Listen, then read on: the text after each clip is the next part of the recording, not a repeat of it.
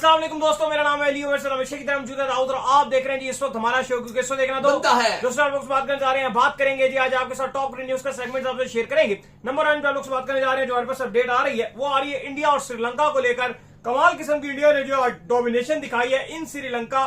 इस वक्त इंडिया 288 के ऊपर से 2 खिलाड़ी इनके आउट है, इसके ऊपर बात करेंगे। और बात करेंगे ऑस्ट्रेलिया इन डीप ट्रबल है भाई, क्या कमाल किस्म की जो है वो बांग्लादेश ने पहले बैटिंग की और फिर कमाल किस्म की बांग्लादेश की तरफ से एक बार फिर से बॉलिंग देखने को मिल रही है।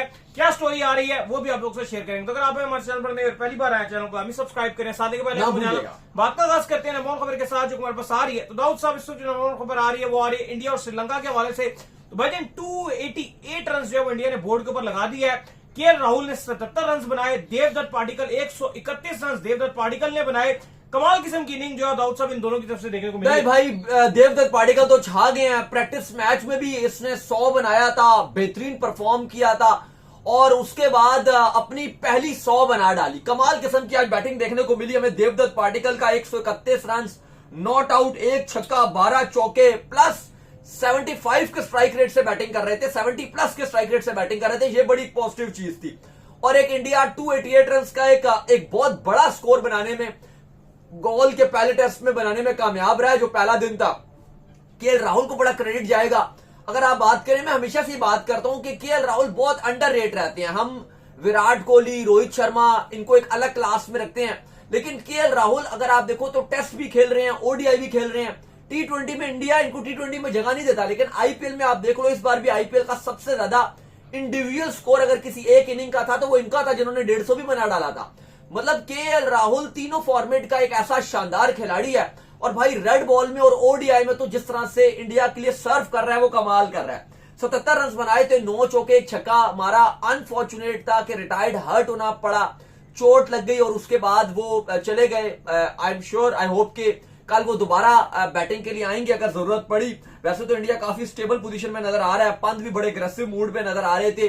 1 छक्का, 3 चौके मार के जब दिन का अख्ताम हुआ तो 27 रन पर वो नॉट आउट थे। देवदत्त पाटिकल 131 रन बनाकर नॉट आउट थे। पूरी तरीके से भारत ने इस दिन को अपनी तरफ मनवाया है। शुभमन गिल इवन जो कप्तान है वो 16 रन बनाकर आउट हो गए थे। जायसवाल भी एक अच्छी बैटिंग कर रहे थे, एक अच्छा स्टार्ट सुबह सुबह लिया था गोल में, लेकिन 32 रन बनाने के बाद 5 चौके मारने के बाद वो भी आउट हुए। लेकिन अली साहब इस टाइम जो देवदत्त पाटिकल हैं, जिन्होंने अपना आज पहला 100 मारा है और पहले खिलाड़ी भी बने हैं जो आज के दिन आपको 100 जिन्होंने बनाया है। लेकिन अली साहब इस टाइम अगर आप इंडिया और श्रीलंका की बात करो, एक उम्मीद लगाई जा रही थी कि इंडिया कुछ टाइम से टेस्ट में थोड़ी स्ट्रगल कर रहा है, थोड़ी सी परफॉर्मेंस अच्छी नहीं चल रही थी। स्पिन के अगेंस्ट जो है ना वो इंडिया बहुत ज्यादा स्ट्रगल कर रहा था। लेकिन अब आप देखो तो इन श्रीलंका जो है वो कमाल किस्म की जसूरिया तक को दाऊद साहब झेल लिया। जो जसूरिया थे उनका हमें था कि यार बड़े तंग करेंगे, ये तंग करेंगे, लेकिन ऐसा लगा नहीं भाई। जिस तरह 77 रन की इनिंग केएल राहुल खेल गए, देवदत्त पाटिकल जो है वो 131 रन के ऊपर नॉट आउट रहे। क्योंकि नॉर्मली हो ये रहा है ना कि जो इंडिया की जो टेस्ट टीम है ये अब दोबारा से एक नया सेटअप है टेस्ट टीम का। ये वो प्लेयर्स नहीं रहे, ना इसके अंदर जो है वो विराट कोहली रहे, ना इसके अंदर जो है वॉल आपके पुजारा रहे, ना इसके अंदर जो है वो जिंके रहाणे जो है वो रहे।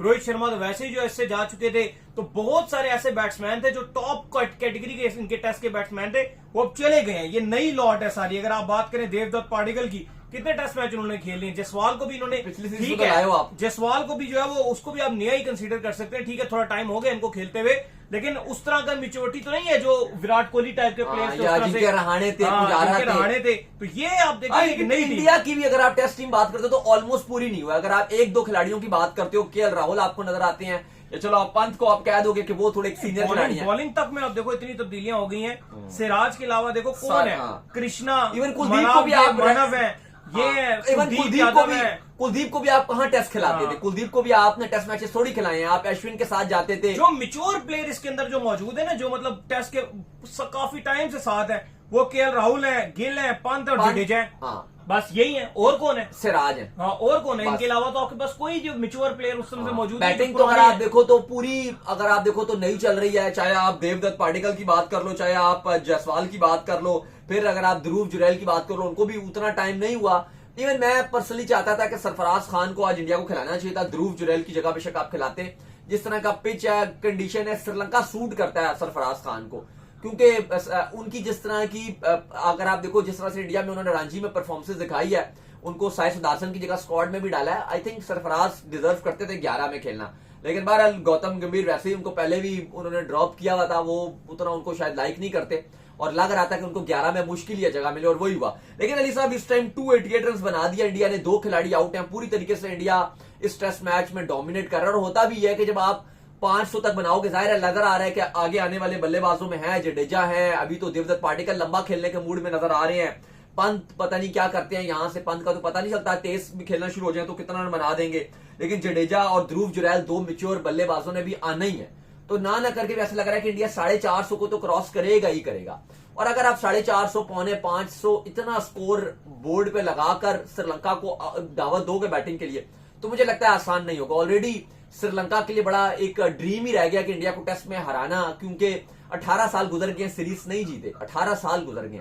और जिस तरह से इंडिया की इस ऑलमोस्ट आप कह लो कि ट्रांजिशन फॉर्म में ये जो टीम है, जिस तरह से इन्होंने परफॉर्म किया, अब लग रहा है कि श्रीलंका के लिए एक बार फिर हाथ से जो मौका है वो निकलता ही जा रहा है। अभी ठीक है, अभी विकेट काफी फ्लैट नजर आ रहा है क्योंकि रन भी बड़े आसानी से बन रहे थे, कोई इतना बॉल स्पिन वगैरह नहीं हो रहा। लेकिन देखना पड़ेगा कि आगे जाके क्या स्पिन होगा, और अगर अली साहब आगे जाके चीजें होती हैं, स्पिन की तरफ जाती है, तो ये श्रीलंका के लिए बड़ी मुश्किलात का शिकार होगा, क्योंकि श्रीलंका को 4th इनिंग में बैटिंग करनी है, पॉसिबल तौर पर डे 5 पे भी बैटिंग कर सकते हैं वो, 4th इनिंग श्रीलंका की होगी, तो उसमें फिर सर्वाइव करना बड़ा मुश्किल हो जाएगा। और फिर कुलदीप हो गए या बाकी जो इंडिया के यंग स्पिनर भी हैं, जिस तरह से मानव सुतर हैं, अगर आप देखो तो वह बड़ी मुश्किल हो जाएगी कि फिर सबको झेलना। जडेजा भी हैं, और फिर वहां पर मुझे लगता है कि श्रीलंका के लिए 4th इनिंग में बैटिंग करना इंतहाई मुश्किल चीज हो सकेगी। नहीं, सही बात है, मुश्किल फेज जो है वो देखने को मिलेगा जब श्रीलंका जो है बैटिंग करने आएगा। खैर दाऊद साहब, आज बात कर लेते हैं इसके बाद टॉक ऑफ द टाउन जो है वो इस वक्त वो है ऑस्ट्रेलिया वर्सेस बांग्लादेश। यकीन कीजिए इस वक्त जो है वो पाकिस्तान भी खेल रहा है, इवन इंडिया का भी मैच शुरू हो गया, लेकिन इस वक्त पूरे एशिया में जिसके हवाले से बात की जा रही है वो है जी बंगलो टाइगर्स, बंगलो बासो, कीमेनशो, कीकोरन बंगलो, बंगलो टाइगर बोनेन। बंगला ने इस वक्त जो है वो छाया हुआ है भाई, 198 के ऊपर ऑस्ट्रेलिया को पहले आउट किया और 426 रन जो है बांग्लादेश ने उसके मुकाबले में बनाए। और फिर भाईजान जब ऑस्ट्रेलिया चेस करने के लिए आया तो इस वक्त जो है वो चेस कह रहा हूं कि लीड उतारनी है अभी ऑस्ट्रेलिया ने, अभी स्टिल जो है इनके ऊपर जो है 67 रन की लीड बाकी है। 161 के ऊपर 4 खिलाड़ी ऑस्ट्रेलिया के आउट हो चुके हैं।